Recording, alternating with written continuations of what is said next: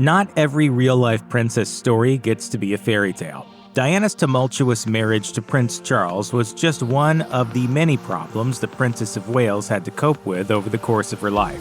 This is the tragic real-life story of Princess Diana. Many children are hugely affected by their parents' divorce, and Diana Spencer was no exception.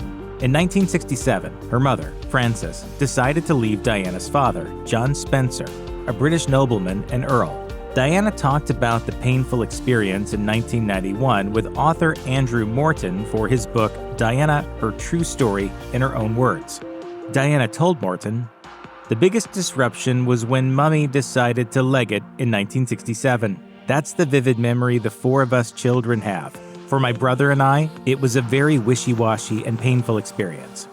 Diana's childhood was far from idyllic. As she told Morton, "It was a very unhappy childhood. Always seeing our mum crying, Daddy never spoke to us about it, we could never ask questions. Very unstable, the whole thing." A variety of nannies took care of Diana and her siblings during this period, and Diana reportedly believed they largely came to work for the family because they were attracted to her father. Diana recalled, "It was terribly disruptive to come back from school one day to find a new nanny." The young Diana Spencer struggled with her place in life. When she was 14, she felt that she didn't have any skills and wasn't particularly good at anything. The future princess also felt like she was bothersome, and at the time didn't really understand why. She felt as though she was a nuisance, and it wasn't until many years later that she made sense of her feelings. She believed that it involved the baby brother who died before she was born. Her parents had a son, John, in 1960. He survived for just 10 hours. She told author Andrew Morton, "Both my parents were crazy to have a son and heir." The couple already had 2 daughters, so when Diana was born after John's death, they were likely very disappointed, at least in Diana's eyes. In 1975, Diana's father became Earl Spencer and inherited the Althorpe estate. He uprooted the family from Norfolk to make a new life there. This is also when her father started dating Diana's stepmother, Rain. Diana said she and her siblings hated Rain because they feared she was going to take their father away from them. Diana told Andrew Morton, "She was very clever and she wanted to marry Daddy. That was her target, and that was it." Then in 1978, John Spencer had a brain hemorrhage, and Diana was told that he was going to die.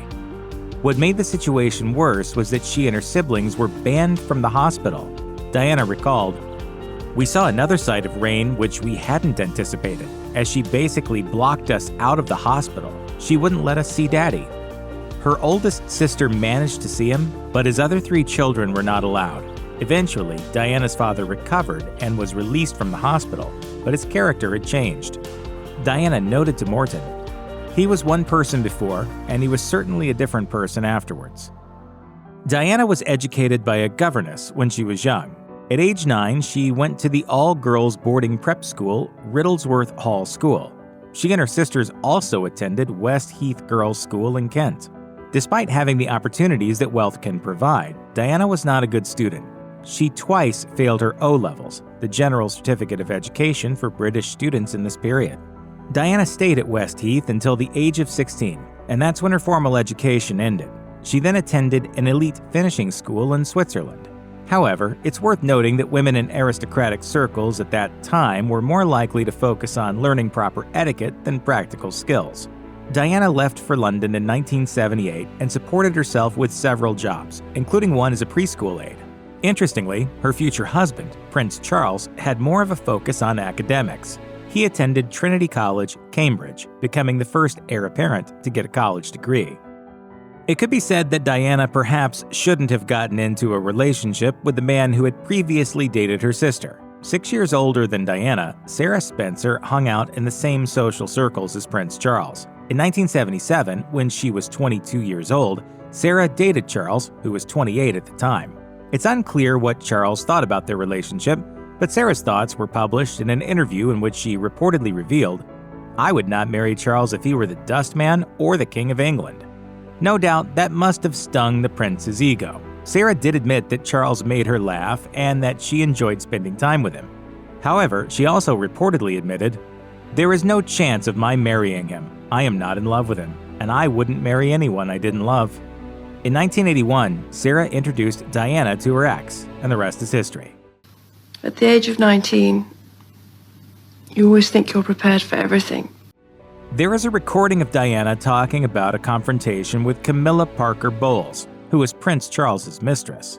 Diana realized that Charles and Camilla were not upstairs at a home they were visiting, which she reportedly found disturbing, so she went downstairs and found the pair chatting with another friend. Diana joined the conversation and told Camilla she'd like to have a word with her in private, which made Camilla visibly uncomfortable. Diana admitted that she was terrified of Camilla, but she had the courage to say, "I'd just like you to know that I know exactly what is going on." Camilla denied knowing what Diana was talking about, and Diana reportedly responded that she knew what was going on between her and Charles. Camilla apparently responded by saying, "You've got everything you've ever wanted. All the men in the world fall in love with you." Camilla pointed out that Diana had beautiful children, so what more could she want? Diana replied, "I want my husband." Diana then sarcastically apologized for being in the way of their relationship. On their way home, Diana recalled crying uncontrollably in front of Charles and later reflected on how much anger and jealousy she felt about the situation. Well, there were 3 of us in this marriage, so it was a bit crowded.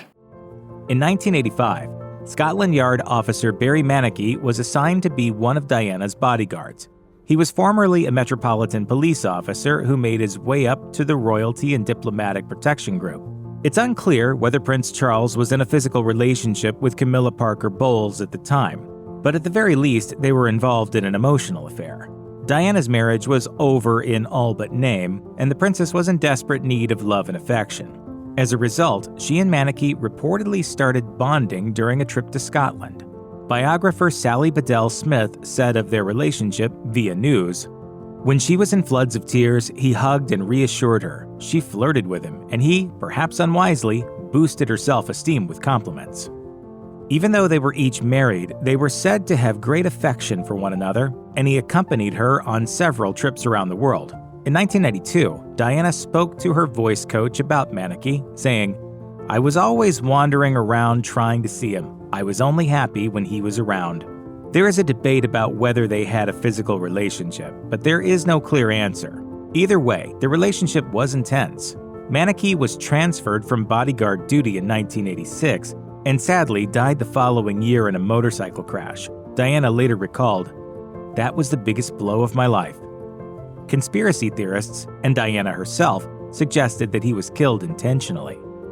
Princess Diana and Prince Charles separated in 1992 and officially divorced in 1996. I've come to the conclusion that really it would have been far easier to have had 2 wives. When she was married to the Prince of Wales, Diana had 2 sons and lived a life of luxury.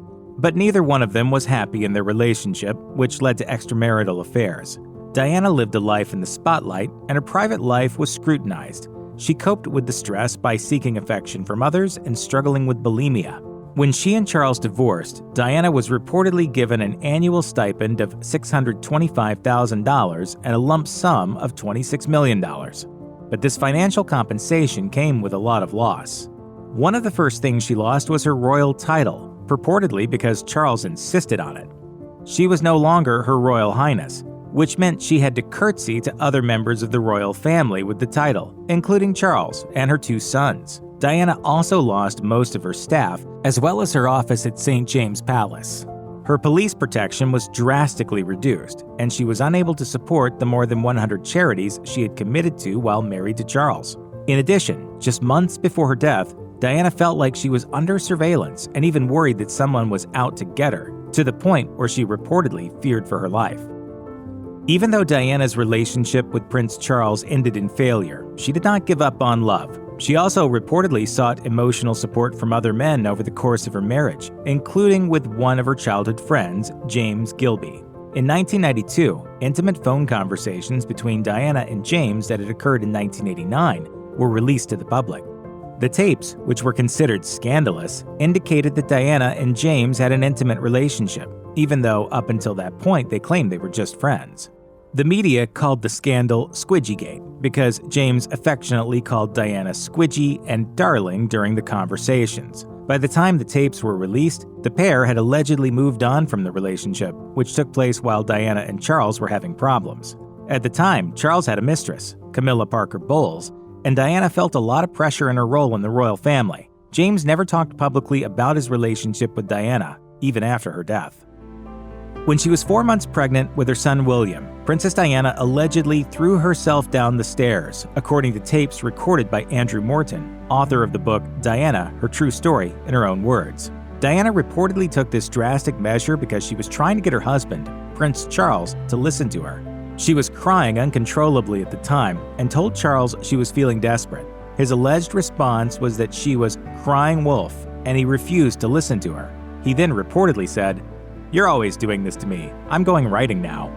Diana's response was to throw herself down the stairs. She later recalled, "The Queen comes out absolutely horrified, shaking. She was so frightened."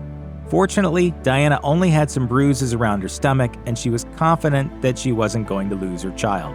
Diana made the revealing tapes for Morton under the condition that no one knew she was complicit. The transcripts of the tapes were released after she died in 1997, 5 years after he published his book. Morton told The Independent he wouldn't have released them if she hadn't died.